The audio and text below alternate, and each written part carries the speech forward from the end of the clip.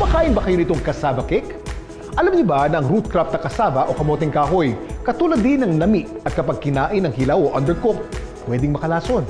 Meron kasi itong cyanogenic glycosides na nagiging cyanide kapag natunaw sa katawan.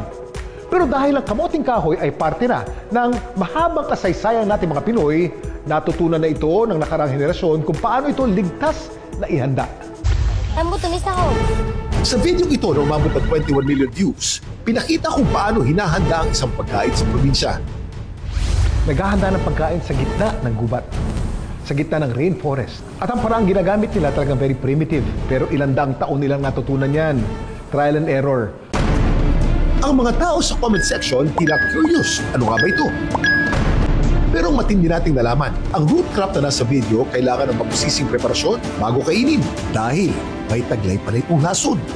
Hindi ka na makakahinga, bubula na lang yung bibig nung nakakain nun pagkamali. Tapos titigil na yung paghinga. Ang nami ay nakakalason kapag ito'y kinain ng sariwa dahil sa mga saponins na grupo ng organic compounds na may mapait na lasa at mabula. May mga cyanogenic compounds ito na kapag nakain ng tao, pwedeng mag-cause ng cyanide poisoning. Kung cyanide, titigil yung paghinga. Kaya sa nakakamatay, ha? Hindi ka na magsusuka niyan. Kung minsan wala nang suka-suka, diretso na lang, hindi ka na makakahinga. Bubula na lang yung bibig nung nakakain nun pagkamali. Tapos titigil na yung paghinga. Yun yung pumapatay dun sa tao, kaya siya deadly.